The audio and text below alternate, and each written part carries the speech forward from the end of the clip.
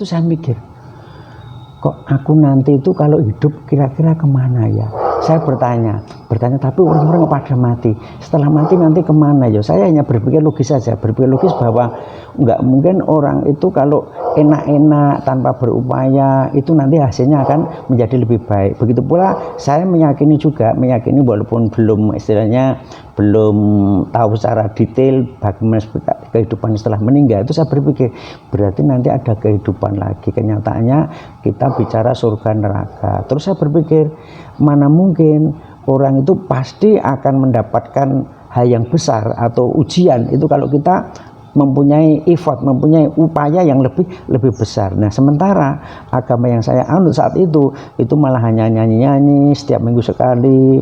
Kemudian saya bandingkan dengan orang yang namanya Mas Harti yang di tempat saya itu, dia sholat 5 waktu, kemudian malam ngaji dan sebagainya. Itu saya melihat berarti upaya inilah dan ini merupakan tuntunan yang semacam diwajibkan saat itu. Jadi tiap hari terus harus melakukan sholat 5 waktu. Sehingga saya meyakini bahwa itu nanti kehidupan setelah akhir itu nanti yang tepat pasti orang yang mempunyai upaya, mempunyai usaha yang lebih besar. Saya berpikir saya seperti itu, sehingga saya tertarik untuk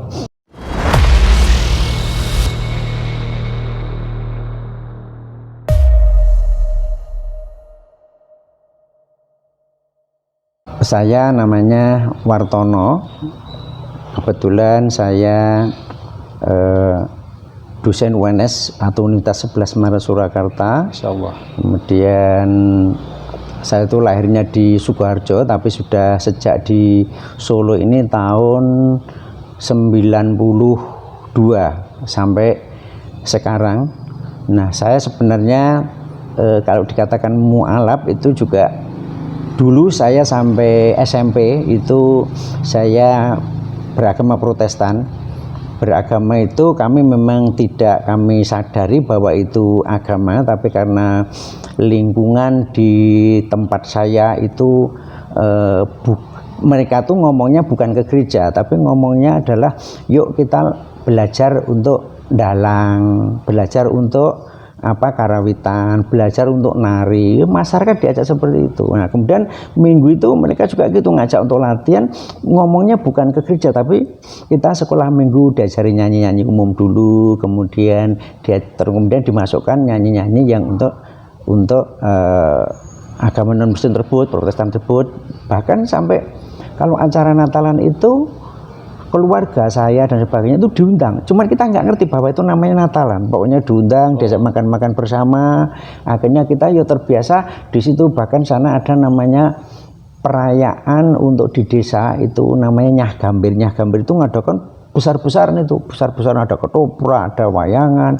Itu yang diundang tidak aja masyarakat itu, masyarakat semua diundang. Jadi ada tetangga-tetangga desa, tetangga-tetangga kelurahan, itu banyak, ramai sekali. Itu tiap tangga tertentu itu juga gitu umum, tapi dimasuki ternyata orang-orangnya semua orang-orang gereja. Nah, jadi bermula dari itu saya sendiri baru tahu, oh ternyata ini agama. Maka dari itu kami kemudian SMA kelas 1 itu ketemu dengan orang yang di situ dulu bekerja di tempat bapak saya itu dulu badik. Kemudian di situ saya ngerti kok dia itu kepribadiannya bagus, orangnya baik itu. Terus kemudian dia kok aktivitasnya kok ada sholat, kok ada ini. Kemudian saya tanya, akhirnya kami tertarik. Jadi kami tertarik itu bukan dari tadinya, bukan dari oh ini agama atau enggak, tapi lihat perilaku orang yang bersangkutan. Jadi saya kira ini pelajaran penting bahwa kalau kita itu ingin mengarahkan dengan berdakwah itu, saya kira dakwah yang termanjur adalah dengan akhlak, dengan akhlak beriman. Nah, maka dari itu sejak itu saya kemudian SMA itu saya malah mengundang beberapa orang untuk mengaji bersama, kemudian mendalami agama, sampai bapak saya, ibu saya, semua itu kita ngundang tangga-tangga. Akhirnya kita berkembang. Nah, sampai sekarang alhamdulillah. Dulu itu waktu saya kecil itu nggak ada masjid, yang ada malah gereja. Terus saya agak besar itu gerejanya 2. Nah, sekarang itu hampir tiap RT ada masjid. Tadi alhamdulillah itu latar belakang dari saya, sehingga sebenarnya saya itu ya mu'alaf ya sudah dulu banget gitu. Jadi iya. Kemudian kami memang ya bersama-sama ingin untuk berbagi bagaimana bisa mengarahkan, bagaimana bisa membimbing orang-orang yang masuk Islam, sehingga mereka, karena kami melihat itu bahwa banyak setelah bersaksi melakukan persyahadatan untuk masuk agama Islam itu sering mereka terus hilang nggak tahu apakah mereka itu balik kembali ataukah hanya syahadat kemudian kembali. Maka itu yang perlu yang kami perhatikan, sehingga kami membentuk dengan bersama-sama adanya Mu'alaf Santak di Solo Raya ini. Gitu. Berarti jenengan posisinya sebagai pembina gitu? Iya, sekarang saya sebagai pembina Mu'alaf Santak Solo Raya ini. Iya. Ngapunten, keluarga itu bapak ibu agamanya apa? Dulu Kristen, semua Kristen. Semua Kristen. Iya. Kemudian setelah itu saya SMA kelas 3 itu kami ngadakan pengajian itu, kemudian bapak ibu saya ya alhamdulillah terus ikut sholat, ikut sampai sekarang alhamdulillah. Pak sudah almarhum sekarang. Iya. Berarti keluarga bapak ibu termasuk ada yang keluarga lain ikut Islam semua? Iya, rata-rata sama-sama keluarganya. Ya. Karena ya dulu memang itu tidak terasa bahwa itu agama, ternyata itu agama gitu, agama Kristen maksudnya, Protestan gitu. Pada saat masuk Islam itu ada nggak setelah masuk gitu ya, setelah syahadat itu ya, ada nggak sih tantangan-tantangan dari keluarga? Alhamdulillah tidak ada tantangan sama sekali. Apalagi saat itu posisi bapak saya itu di situ termasuk ya orang disegani. Artinya dulu bapak itu pengusaha batik, sehingga masyarakat malah membutuhkan bapak, termasuk dari bapak itu juga cukup dermawan sekali, sehingga begitu kami masuk Islam nggak ada yang paribasanya, nggak ada yang ikut ganggu lah, mempengaruhi, tidak. Begitu pula bapak saya juga gitu. Jadi tokoh gerejanya sana juga tidak berani gitu. Jadi alhamdulillah itu mulus gitu. Lancar-lancar aja. Iya, lancar-lancar saja gitu. Itu dengan Ustadz? Dulu kami itu namanya dengan Ustadz Rina. Nah, Ustadz Rina itu Ustadz apa Ustadz? Tapi namanya Rina. Namanya Rina, Parino, tapi panggilannya Rina gitu ya. Tuh, akhirnya dilanjutkan oleh Ustadz Farid, Ustadz Yamto itu. Alhamdulillah kita pengajian rutin terus sampai puluhan tahun itu di tempat saya. Itu akhirnya terus berkembang gitu.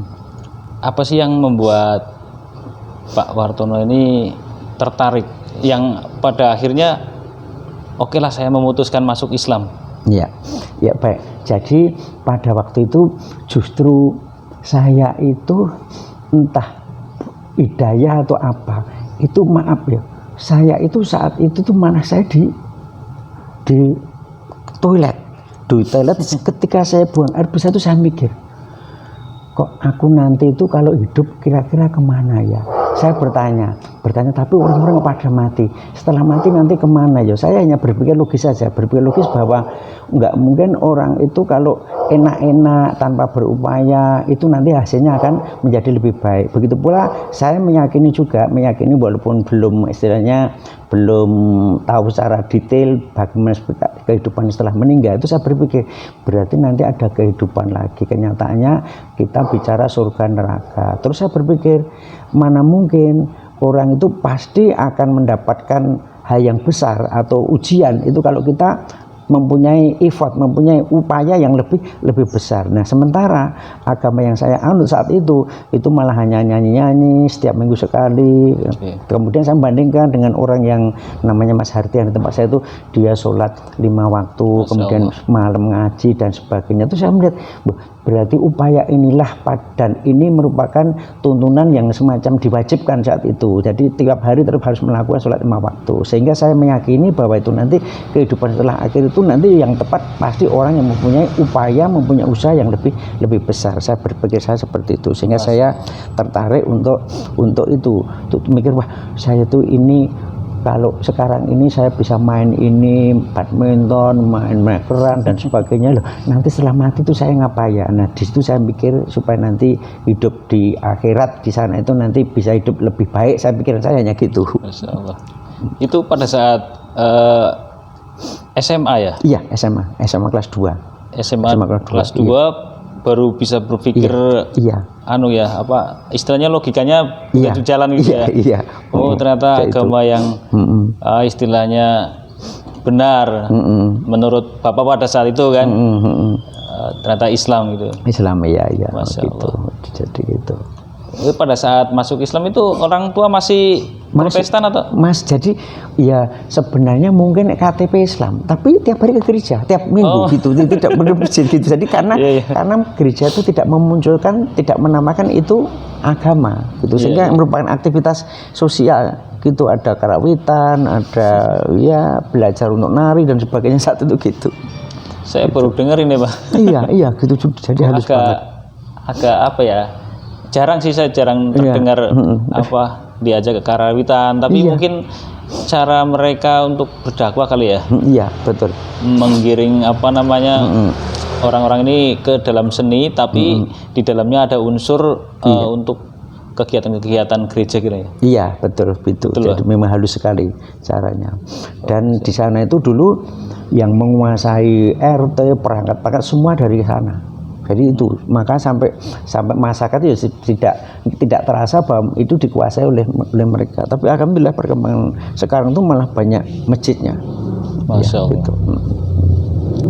Kalau mereka kan ada istilahnya misionaris ya, Pak ya. Kalau di Islam kan nggak perlu. Iya. Hanya dengan dakwah, tunjukkan akhlak. Tadi Bapak bilang apa? Berdakwah yang jitu itu dengan akhlak ya. Iya, dengan itu akhlak, saya setuju. Soalnya sampai Allah mengabadikan dalam Al-Qur'an akhlaknya Nabi Muhammad. Iya, betul. Laqad kana lakum fi Rasulillahi uswatun hasanah. Iya. Betul, Pak ya? Iya. Jadi di dalam kepribadian Rasulullah Shallallahu Alaihi Wasallam itu ada akhlak yang baik. Iya, betul. Saya setuju sekali itu bahwa Islam itu ternyata mendahulukan akhlak. Iya. Maka ini kalau di dalam ilmu manajemen itu pemasaran ya. Pemasaran yang terbagus itu adalah pemasaran juga dengan akhlak. Karena banyak sekarang di dunia bisnis ini orang memasarkan asal menguntungkan pribadinya dengan mengurangi bahasa Islamnya mengurangi timbangan yang tadinya itu bahannya bagus, buat roti atau apa gandumnya bagus, ada coklatnya bagus, terus semakin lama dikurangi nilainya atau kualitasnya sehingga jadinya harganya murah demi menguntungkan pribadi. Jadi Rasulullah juga sudah mencontohkan untuk berdagang. Rasulullah itu seorang bisnismen yang sangat piawai sekali dalam memasarkan. Dan itu kalau sekarang kan banyak memasarkan itu dengan dengan billboard, bikin iklan gitu. Maka ini alhamdulillah kebetulan kami punya biro umroh ya, itu alhamdulillah berkembang dengan bagus. Kami sama sekali tidak pernah membuat billboard di luar. Kalau banyak atau biro-biro itu bikin yang besar-besar, kita tidak pernah sampai hanya di papan nama saja, di kantor kita. Dan alhamdulillah pemasaran kita itu justru melalui orang-orang yang umroh. Dengan orang umroh dia mengajak teman-temannya, karena kita pelayanan yang kita utamakan. Jadi itu antara lain bahwa ternyata pemasaran itu yaitu tidak mengatakan wah ini biro saya murah bagus banget, tidak, tapi kita melihat dari karakter dari akhlak orang yang umroh itu nanti seperti apa dia, dari mulut ke mulut, kemudian ngajak temannya, ngajak saudaranya. Alhamdulillah kita tidak pernah ada itu, tapi alhamdulillah biro kita tergolong biro terpercaya. Artinya biro umroh kita itu yang tidak pernah tidak memberangkatkan, tidak pernah. Jadi selalu memberangkatkan. Kemudian kalau misalnya katakanlah ingin dalam arti tidak menunjukkan, kita kembalikan full uangnya. Itu. Amanah Bang. Iya insya Allah. Gitu. Semoga biro apa namanya Pak? Harisma Haromah sukses selalu. Amin. Dan amanah. Amin ya. Pada saat begitu syahadat, otomatis kan pada saat itu ada kewajiban untuk melaksanakan sholat gitu ya. Iya. Begitu sholat pertama kali, apa sih yang Bapak rasakan? Pertama kali memang setelah kita masuk Islam itu saya antusias sekali. Jadi saya belajar terus sering bertanya. Jadi kebetulan dengan Mas Harti yang ikut di tempat saya itu, saya mengikuti dia terus, saya ikuti, kemudian saya bahkan tanya hal yang kecil, misalnya katakanlah ya ini kalau ini sholatnya sudah terlambat atau lupa itu gimana ya, itu semua kami tanya. Dari hal yang sangat kecil termasuk bagaimana wudhu, najisnya kayak apa, itu hal yang kecil. Kami antusias sekali waktu itu. Bahkan terkadang kita menanyakan hal-hal yang kita tidak tahu. Itu saya terkadang pagi-pagi ke rumahnya ustadznya itu, gara-garanya untuk bertanya. Tidak atau nggak sabar untuk menunggu nanti waktu pengajian. Semoga sekali itu kami gitu, jadi antusias sekali. Masya Allah, alhamdulillah ya. Dan juga gitu, alhamdulillah bapak ibu saya masuk Islam pun juga gitu. Masuk Islam itu ya melihat saya, artinya melihat saya. Kebetulan saya duluan, saya terus mbak saya, terus ibu saya. Itu juga gitu, saya dengan bapak saya itu ya berupaya bagaimana supaya bapak seneng, saya membantu apa yang bisa saya lakukan dengan orang tua dan sebagainya. Alhamdulillah kalau saya dengan setelah menjadi Islam menjadi lebih bagus, ya mereka melihat seperti itu, akhirnya masuk Islam juga. Itu orang tua masuk Islam pada saat saya umur berapa? Saya ya SMA itu berarti umur berapa ya, sekitar 16-an tahun lah, 16 tahun itu. SMA itu tadi? Iya, SMA itu. Kemudian alhamdulillah ibu saya itu lebih ketat, lebih tekun. Jadi ibu saya itu agamanya bagus sekali ibu saya. Jadi tidak pernah melupakan duha, tahajud, itu rutin ibu, itu rutin. Puasa Senin Kamis rutin. Bapak saya juga itulah. Jadi sangat taat sekali dalam menjalankan agama itu. Masya Allah. Dua-duanya? Iya, dua-duanya sekarang tapi sudah almarhum semua. Juga di sini. Jadi di rumah saya itu dulu itu ada 4. Orang tua saya 2, mertua saya 2. Jadi yang di sini semua. Jadi 3-3 itu meninggal di sini. Nah, ini hanya sekarang ini mertua saya itu sudah tidak di sini. Kenapa? Karena sini sepi. Dulu orang banyak, kemudian apalagi sekarang istri saya kan udah almarhum, otomatis ya mungkin nggak enak ya ibu mau ikut istilahnya anak mantu nih, walaupun kami sebenarnya tidak ada rasa apa-apa, tapi mungkin lebih nyaman kalau ikut anaknya sendiri yang sama-sama putri. Saya mungkin kan kurang bisa merawat kalau putri gitu. Saya dengar sih ceritanya Bu Erni ya?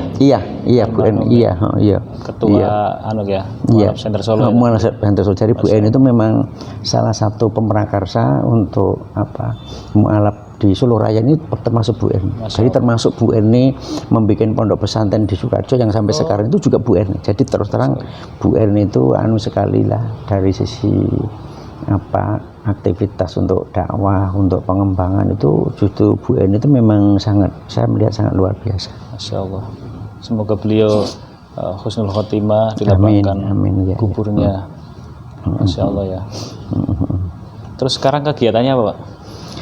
Saya itu kegiatannya alhamdulillah, maka dari itu saya menikah lagi itu bukan karena ya dari sisi syahwati, tidak, tapi dari sisi tanggung jawab. Jadi saya itu aktivitas sehari-hari saya kan di dosen UNS sama kantor akuntan publik. Kemudian kita tetap meneruskan biro umroh yang dulu direkturnya juga Bu Erni, biro umroh.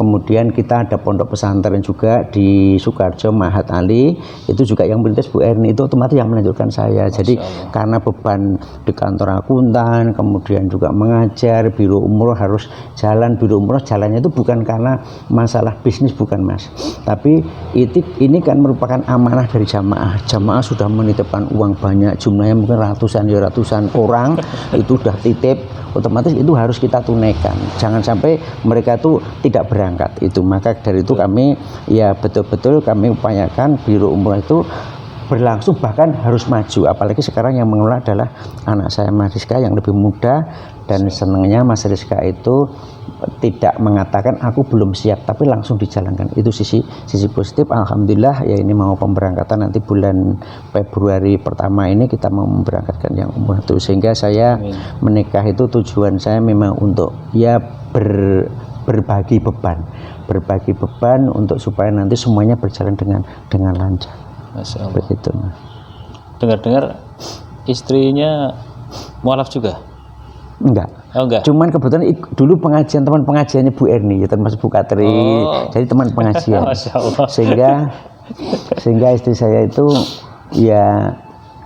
saya itu begitu dulu menjanda itu memang setelah saya tanya itu dia sulit untuk menerima orang.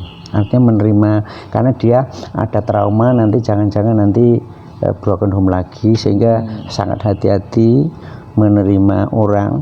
Maka begitu saya melakukan istilah melamar dia itu mau. Karena apa?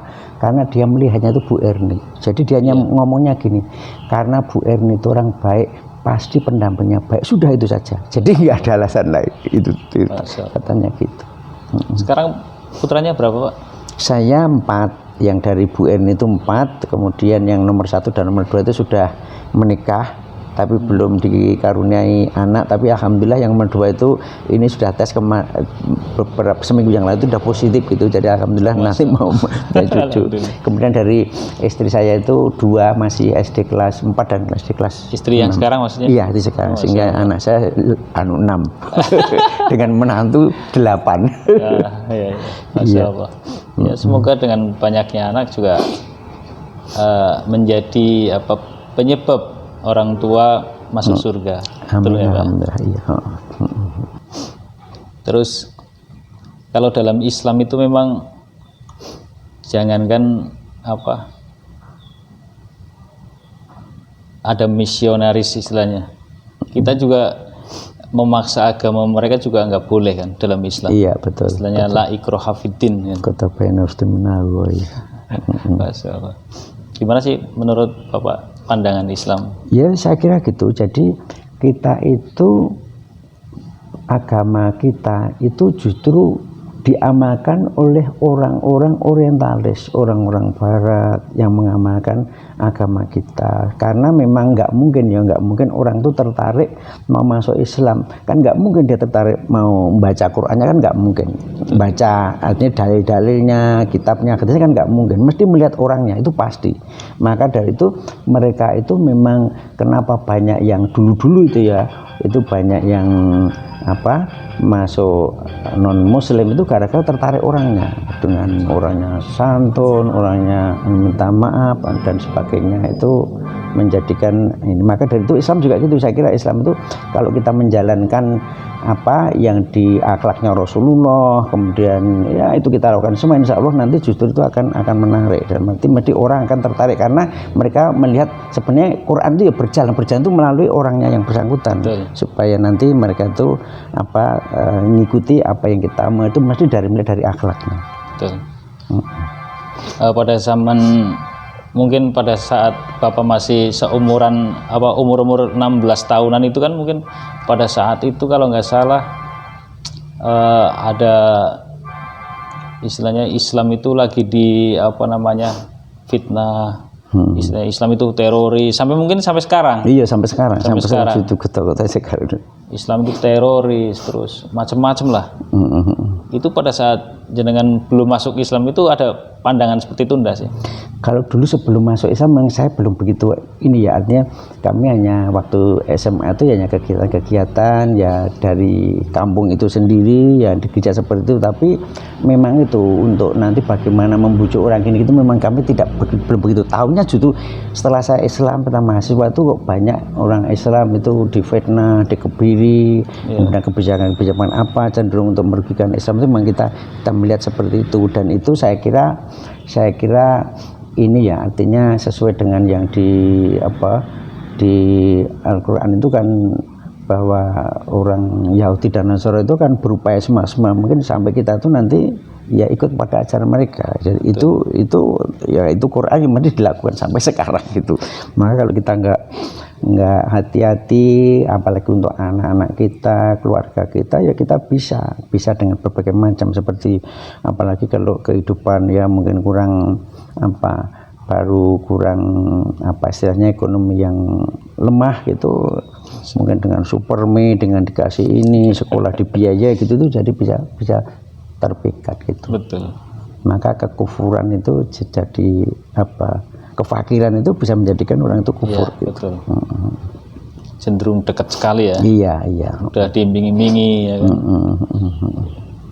Ya. Bismillahirrahmanirrahim.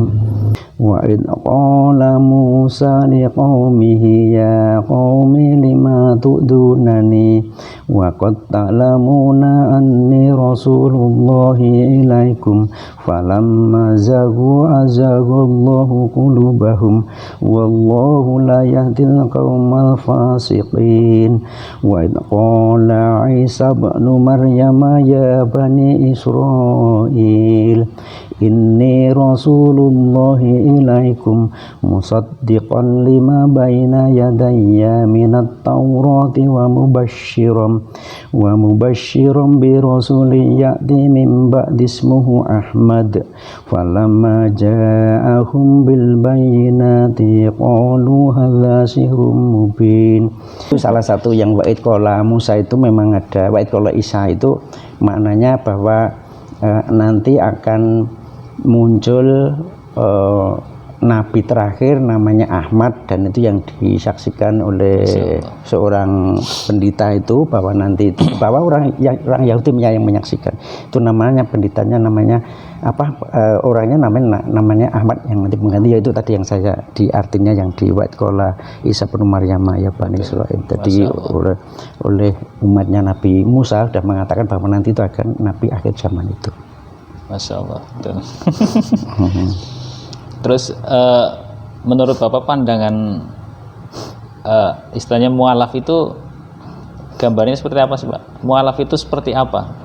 Iya, jadi kalau kita lihat pengalaman-pengalaman yang kami tangani itu ya banyak yang menyedihkan. Kebanyakan mu'alaf ini diboikot orang tuanya, hampir rata-rata gitu. Iya. Terkecuali mu'alaf yang mereka memang sudah mapan, dalam arti sudah mereka mempunyai usaha, mempunyai pekerjaan, itu nggak masalah. Tapi kebanyakan mereka itu dengan keluarganya, dengan bapaknya, dengan ibunya, bahkan kalau sudah menjadi Islam itu mereka dilepas seolah-olah bukan anaknya. Yang tadinya diberi mobil, diberi rumah dan sebagainya, itu dicabut semua. Jadi tidak dianggap merupakan keluarganya. Maka itu cuma mereka udah puluhan orang itu ngebel bagaimana ini saya kesulitan pekerjaan, untuk makan saja susah dan sebagainya. Jadi itu kendalanya. Maka kami itu sebenarnya juga berpikir bagaimana kita itu mengkolek untuk dana yang mana itu nanti bisa membantu para mu'alaf yang kesulitan. Itu kami dulu dengan Bu Eni gitu mau membentuk semacam untuk nanti ya semacam tabungan yang nanti membantu para mereka. Karena apa? Karena orang-orang non muslim itu banyak memberikan pembiayaan, apakah jahit ataukah dia itu pedagang kecil, penjual makanan, itu mereka dipinjemi, dan dipinjemi tidak ada bunga, apalagi bunga terkadang sudah dikembalikan, kalau tidak itu terserah. Jadi otomatis dari itu mereka akan merasa tertolong sehingga mereka akhirnya menjadi keluar dari Islam gitu. Jadi maka saya kira memang masalah utama yang sekarang itu. Kemudian yang kedua, itu kalau orang sudah masuk Islam, itu mereka tidak rela. Jadi mereka tetap berupaya bagaimana menarik kembali. Maka dari itu orang yang hanya sadar, kemudian mereka tidak mengkaji, tidak mendalami untuk bagaimana tauhidnya, imannya, Islamnya, akhirnya mereka juga bisa kembali. Atau minimal mereka tetap Islam tapi tidak melakukan syariat Islamnya, sholat juga tidak dan sebagainya, hanya mereka tetap itu banyak. Iya itu. Maka dari itu saya kira pembinaan itu perlu sekali, pembinaan. Maka kalau yang di Jakarta seperti yang dilakukan Kohani itu yang masuk Islam itu dia dipondokkan, ditaruh di masjid sampai 3 bulan atau berapa bulan, baru mereka imannya kuat, amalan-amalnya juga mendukung itu semua gitu. Nah kalau di Solo ini ada orang mu'alaf, bahkan banyak lah di Solo itu banyak sekali mu'alaf yang saya tahu ya. Iya. Itu bagi mu'alaf yang ingin belajar itu gimana sih Pak belajarnya? Nah, kita memang sebenarnya kalau cerita tentang mu'alaf di Solo itu dulu waktu pertama kali itu besar Mas. Artinya kita bahkan waktu pembukaannya itu sekitar mungkin 300-an orang ada. Waktu itu kita ngundang Coach Steven, kemudian dulu Profesor Jenal Arifin Adnan itu yang dulu ketua MUI, kemudian Ustadz Aris, beliau-beliau yang mengisi itu dulu karena tempat di Granino itu yang untuk markasnya Mu'alaf Center itu nggak mencukupi, maka kita tempatkan dulu di Masjid Istiqlal di Sumber. Nah kemudian setelah itu kegiatan-kegiatan kita itu kita ngundang banyak, jadi kalau di itu Granino itu rata-rata penuh, itu dari mana-mana, artinya ada yang dari dokter, ada yang dari pengusaha, dari itu banyak, dari Chinese itu banyak. Tapi qadarullah ya dulu itu terus lama kita ada sedikit masalah intern yang ada di Mu'alaf itu, akhirnya ya agak vakum tuh, akhirnya sampai sekarang ini kita sekarang bahasanya itu kita ya baru merangkak kembali sedikit. Kalau dulu sebenarnya kita tuh bagus, dulu tuh bahkan tiap minggu itu kita ada aktivitas yang namanya semacam klinik Mu'alaf, artinya siapa yang ada bermasalah ini nih kita datang seminggu sekali atau 2 kali dulu dengan Ustadz Nu'man Arif, kemudian Bu Dewi dari Purnama, itu dulu awal-awal gitu. Jadi kita selalu melayani di Granino juga. Jadi kencang, kemudian kita sudah menyiapkan harinya ini, mereka dulu sering tiap minggu gitu.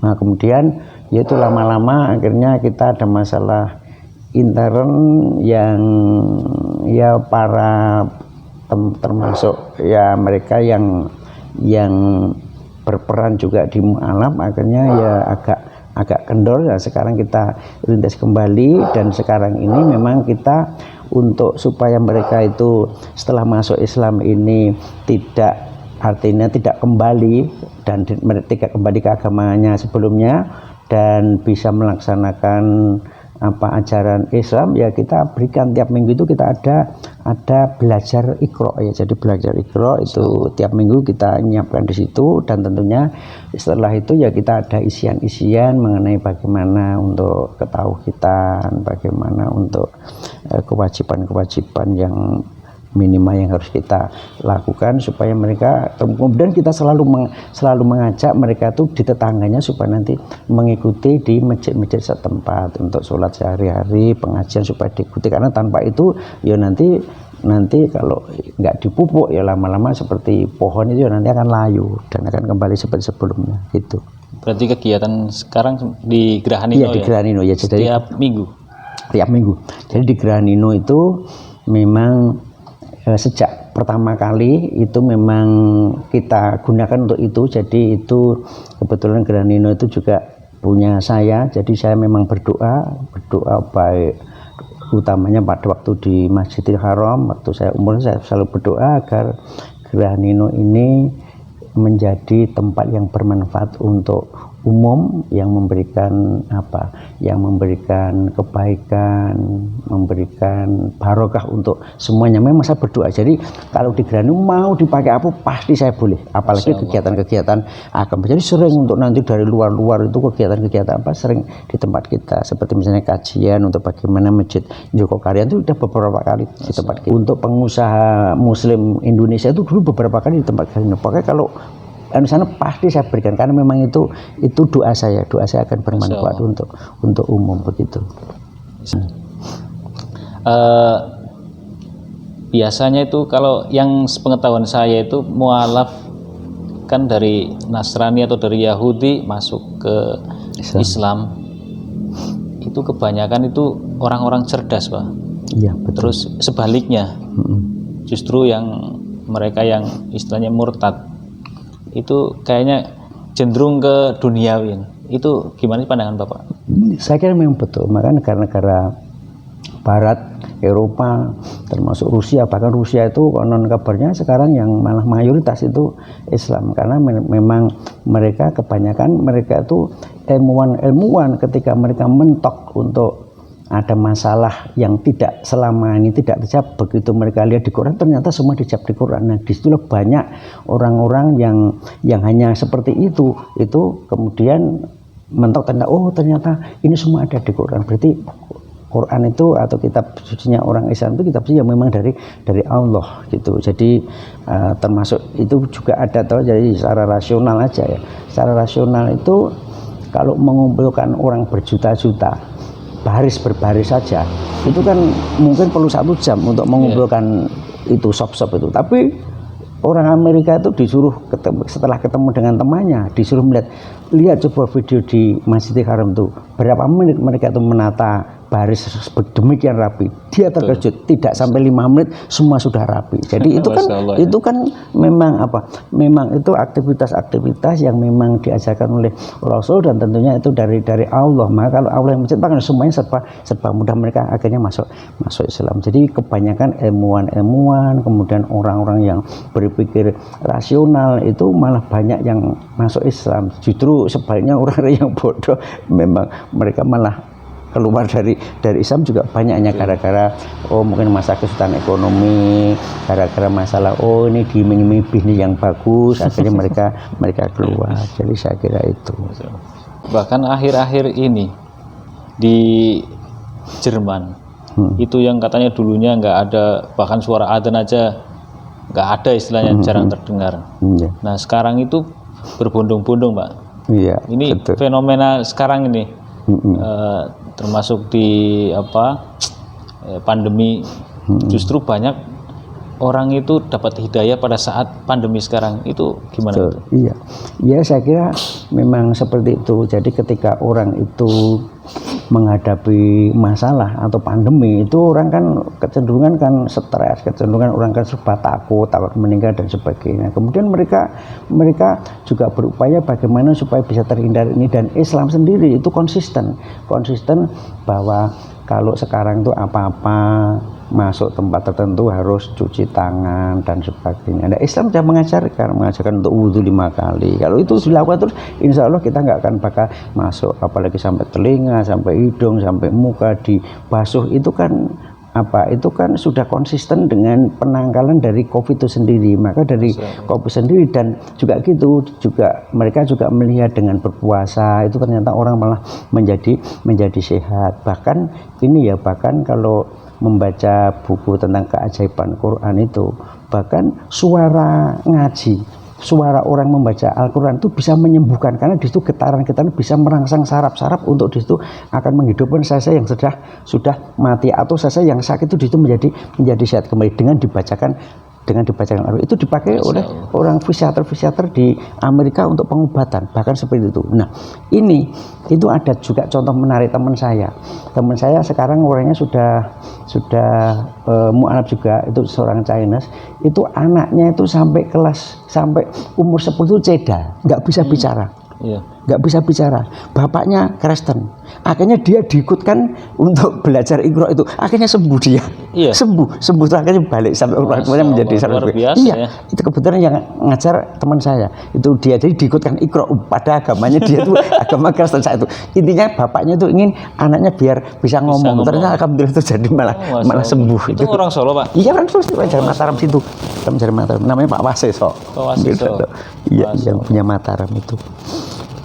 Bisa gitu ya. Jadi selagi orang itu terdesak, memang gitu, terdesak itu memang mencari upaya. Orang ini kan termasuk orang itu menderita, apalagi waktu COVID masih ganas-ganasnya itu kan orang hampir semua kan kena. Nah, itu otomatis kalau mereka tuh otomatis juga banyak juga ya yang kena atau meninggal. Otomatis kalau orang dihadapi ketakutan apalagi saat meninggal, mereka kan berupaya untuk mencari yang lebih mencari penyembuh atau mencari penangkal obat yang di situ, obat dari segala obat, yaitu mereka tuh mencari Tuhan yang benar itu kayak apa. Itu akhirnya yaitu banyak orang-orang masuk Islam kayak gitu.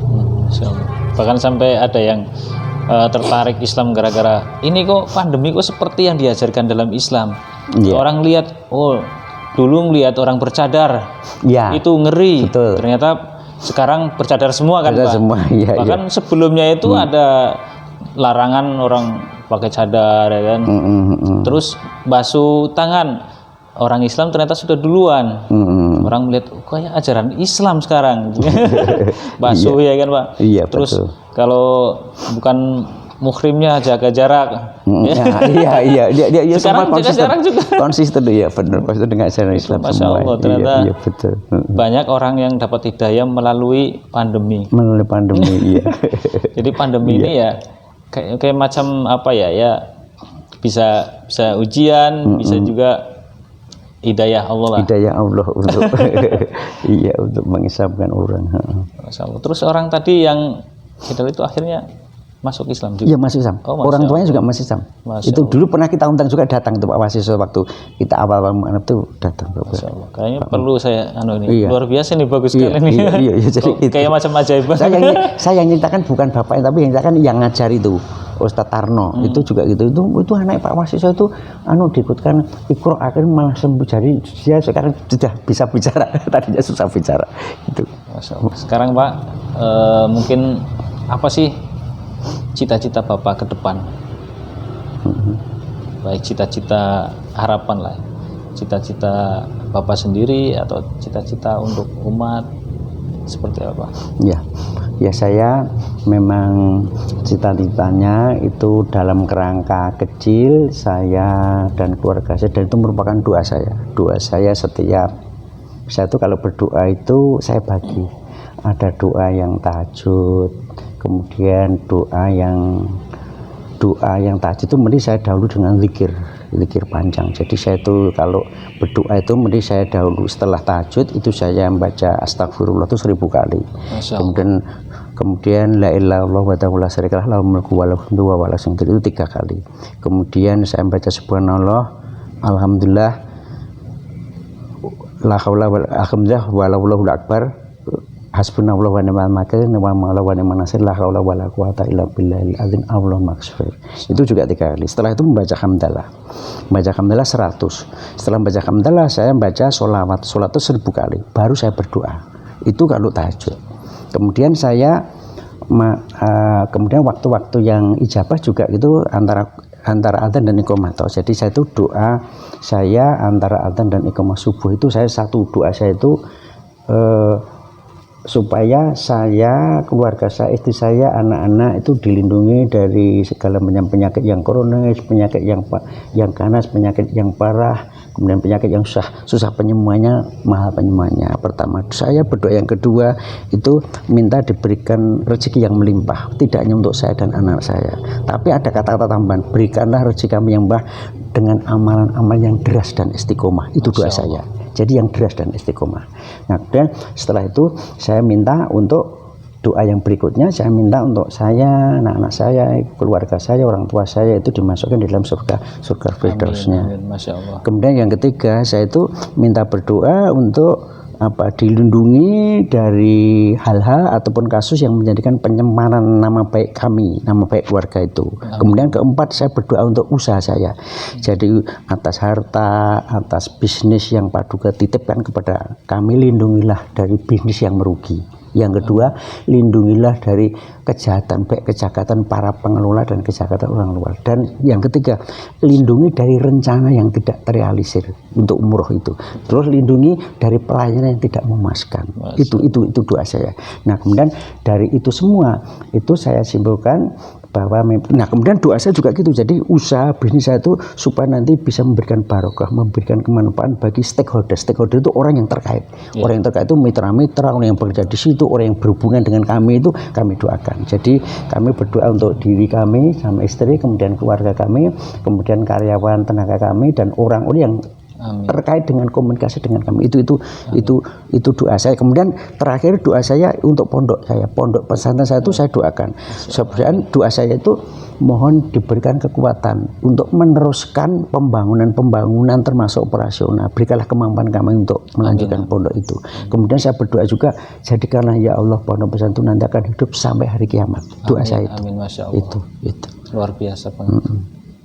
Jadi sekarang pondok pesantrennya santrinya ada berapa sekarang? Santrinya ini kan baru pertama memang. Jadi kalau TK itu sudah 3 tahun, TK itu ada 2 kelas. Kalau yang Mahat Ali ini baru tahun pertama. Jadi arti periode pertama, dan kita putuskan untuk nanti menerima santri baru itu setelah mereka lulus 2 tahun. Berarti nanti Agustus ini baru menerima. Itu kita memang menerima 20 itu mondok di situ. Itu alhamdulillah. Jadi yang ada di sana itu kebanyakan dari luar Jawa, dari Pontianak, dari Ambon, dari Aceh, dari Madura, dari Lombok, dari mana-mana itu banyak dari luar Jawa. Mereka nginep di situ, dan pondok kita itu memang pondok bersubsidi ya, jadi artinya sesuai dengan kemampuan mereka, bahkan kalau nggak mampu ya kita gratiskan. Maka saya berdoa berdoa supaya saya diberikan kekuatan untuk menghidupkan itu, karena biaya operasionalnya itu kami untuk pondok saja itu kita minimal tiap bulan itu subsidi 13 juta tiap bulan gitu. Itu jadi itu doa saya, maka mudah-mudahan itu nanti juga gitu, karena itu kami rintis yang pertama itu ada kaitannya. Saya itu diberikan warisan bapak saya ya berupa itu, kemudian warisan itu saya dirikan untuk TK yang sekarang untuk pondok itu dari bapak saya. Kemudian saya beli sebelahnya, totalnya sekarang sudah kira-kira 1 hektar itu yang di sana, saya beli sebelahnya, saya beli semua. Kemudian juga gitu pondok itu alhamdulillah itu nanti insya Allah juga mengalir ke istri saya almarhum, istri saya itu yang merintis. Saya merintis insya Allah amalan-amalannya melalui pondok, melalui Mu'alam Center, termasuk kajian itu kemarin waktu pensyaratan itu kan orang-orang kajian, sebelumnya ada kajian Rodotul Ilmu itu juga dari Bu Erni itu yang merintis pertama kali. Nah alhamdulillah dengan pengajian itu istri saya kebetulan ya ikut ngaji sini, sehingga itu lestari, dalam itu bisa terlanjut. Maka ustadznya itu bilang saya itu ibarat kalau nahkoda itu mindah koplingnya dari 3 ke 4, artinya karena dari Bu Eni ke istri saya gitu, itu gitu, bukan orang yang berbeda gitu loh gitu. Betul. Aku minta gitu. Itu pesantrennya di mana Pak? Kalau di Sukarjo, di Bedingin Sukarjo, di Bedingin Sukarjo. Jadi ke Seritak itu kira-kira 1 kilometer. Nanti kanan jalan ada tulisannya besar selamat datang di Pondok Pesantren Harisma Haramain gitu. Ada tulisannya kanan Pondok jalan. Pesantren Harisma Haramain. Sama dengan biru umroh kita. Masya Allah. Jadi barangkali pemirsa pengen apa? Iya. Mondok gitu kan? Iya. Tahu bisa. Jadi di dan sekitar itu Seritek gitu ya, iya, 1 kilo dari situ. Dan kami ini Mas, kami itu punya pola pikir itu kalau untuk Islam itu harus kita istimewakan. Artinya gini, saya itu melihat kalau misalnya saya mengajar, saya ngisi untuk BIMTEK atau apa itu saya 1 jam bisa 2 juta, tapi untuk orang-orang untuk khotib-khotib hanya 100-200, itu kan kasihan. Maka kebetulan saya kan juga pengurus di PKU Muhammadiyah Solo, itu pernah saya usulkan buat dikasih yang ngisi itu 500, saya usulkan. Maka sama Mas, jadi di pondok pesantren kita itu sekarang itu walaupun muridnya hanya segitu, itu daya listriknya berapa Mas? 336.000 loh Mas, buat Mas, besar. Jadi kabelnya itu 1 jempolan. Itu untuk apa? Itu airnya RO. Banyak RO, jadi mandi, kualitas mandi dengan minum itu sama di tempat saya. Bagus, karena itu saya memang ingin ingin mereka itu ya jangan terus justru gratis diberikan kita, enggak justru itu. Maka kalau Mas melihat di sana itu bangunan yang kami bangun bukan bangunan yang istilahnya yang ecek-ecek, itu bukan. Kami memang tujuan seperti itu. Tujuannya kita harus memberikan orang Islam itu juga yang terbaik, jangan malah diberikan sisa-sisa atau diberikan yang bahasanya sangat kecekle itu, saya gitu. Maka juga gitu, insya Allah kami itu mesti gitu kalau mengundang pengajian atau apa, Ustadz itu nggak boleh, apalagi Ustadz ngisi diberi 100, 200 itu jangan. Saya gitu. Itu karena itu kita dapat 2, uang kita nggak hilang untuk mereka. Itu insya Allah kita akan berlipat-lipat. Dan dari pengalaman saya justru rezeki itu mengalir itu dari amalan kita. Maka Ustadz Yusuf Mansur itu mengatakan kayaknya rezeki itu dari infak, dari sedekah. Itu betul, dan itu di Quran kan juga sudah dikemukakan bahwa kalau kita tuh menanam amalan itu menanam biji, satu biji itu akan muncul 7 ranting, tiap ranting ada 100, itu 700 berarti setiap dilipatkan. 700 tidak ada kata-kata di akhirat, nggak ada Mas itu. Itu tidak ada kata. Sehingga insya Allah tuh dunia dan di akhirat, dan banyak yang sudah membuktikan orang yang banyak beramal itu justru mereka sukses. Nggak ada orang banyak beramal malah miskin, nggak ada, pasti malah akan menjadi kaya itu. Gitu. Betul, Masya Allah.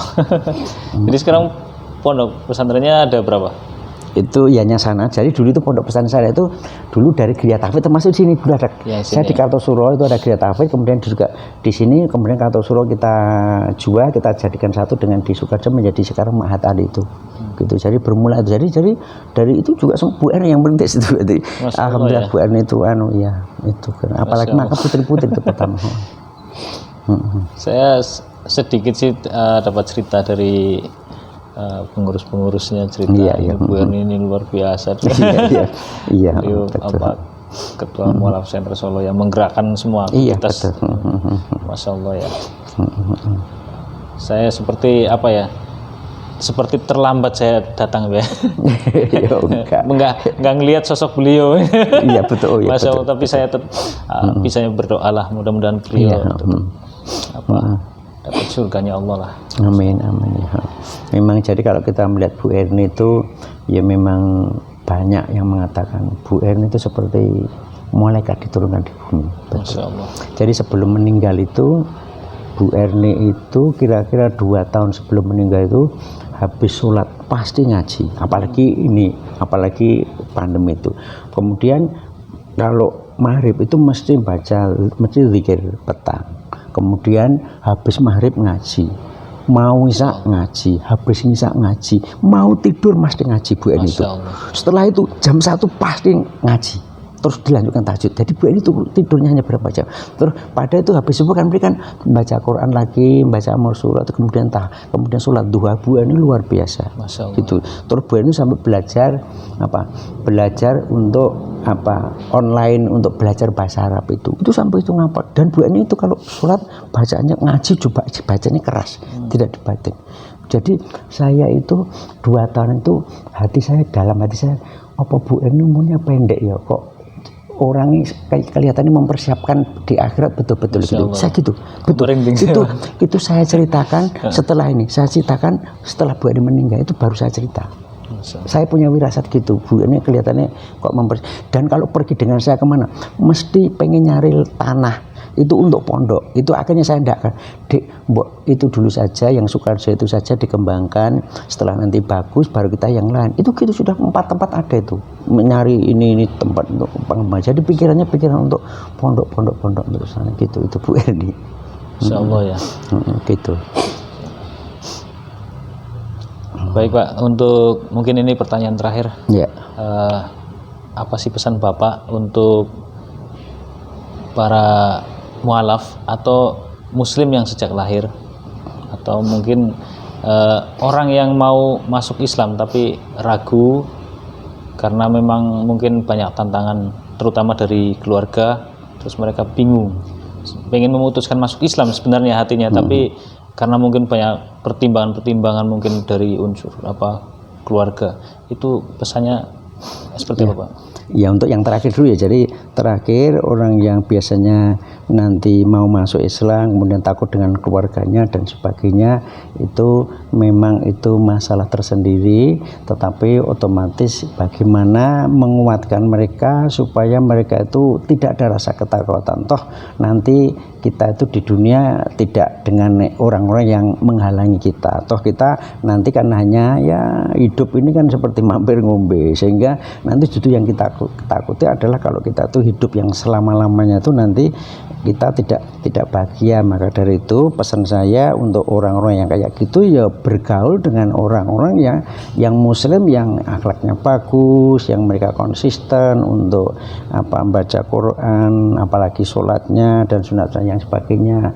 Kalau mereka berkumpul dengan orang itu, insya Allah nanti mereka itu tidak dalam arti walaupun ada masalah besar, tapi mereka mempunyai tekad yang kuat ya, untuk mencari tekad yang kuat agar agar nanti begitu masuk Islam, jika halangan-halangan itu tetap berlanjut, mereka sudah mempersiapkan sedini mungkin. Nah maka dari itu kami juga gitu, pesan kami untuk para pengelola mualaf itu ya bagaimana kita bisa menyantuni, membimbing mereka sehingga begitu masuk Islam itu lama-kelamaan mereka kalau ibarat tumbuhan itu menjadi hijau, menjadi semakin subur. Ya caranya apa ya? Caranya otomatis ada kegiatan-kegiatan, belajar Quran, tapi utamanya justru meningkatkan untuk untuk akidah mereka. Kalau akidahnya kuat, insya Allah nanti tidak dalam baru setelah akidah kuat, baru nanti untuk yang lain-lainnya, untuk nanti ya belajar Quran, kemudian untuk bagaimana yang lainnya lah.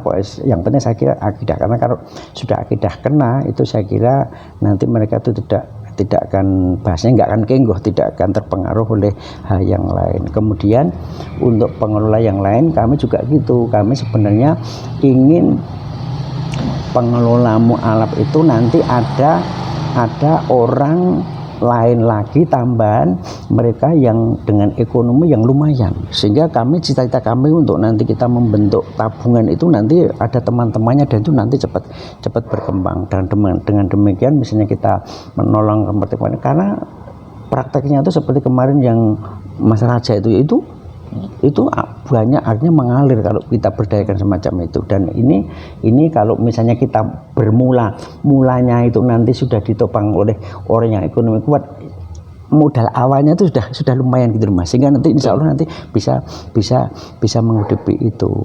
Nah kemudian yang ketiga untuk orang yang sudah Islam, yang sudah lama itu ya, namanya Islam itu ya kami berharap itu ngaji itu ya tiap hari. Betul. Tiap hari minimal subuh, syukur subuh, setelah subuh kemudian mari. Insya Allah dengan itu kita akan terjaga. Dan itu orang pengalaman saya, begitu saya itu waktu sering pekerjaan itu malah tertunda-tunda, terbengkelai karena justru tidak baca Quran. Tapi setelah baca Quran itu kita malah waktu itu kita pres betul, oh saya habis ini malah itu ketat, malah justru itu. Dan juga gitu saya mengamati itu kita membaca Quran itu mengurangi masalah. Betul. Jadi masalah-masalah yang kita hadapi itu hampir tidak ada. Betul. Tapi nek kurang itu terkadang ada masalah. Jadi saya kira utamanya itu membaca Quran itu ya rutin terus. Maka orang yang insya Allah nanti dan itu nanti akan menjadi penerang waktu kita dikubur, dan pada waktu kita itu nanti ditanya oleh Allah itu nanti malaikat yang akan Quran itu sendiri yang akan menjadi teman kita, yang menyerap kita. Jadi saya kira Muslim itu gitu, harus itu terus ngajinya harus ajak syukur, tahajud dan sebagainya. Ya. Tapi minimal itu ngaji gitu. Masya Allah. Ya. Baik, terima kasih banyak Pak atas waktunya dan kesempatannya. Iya.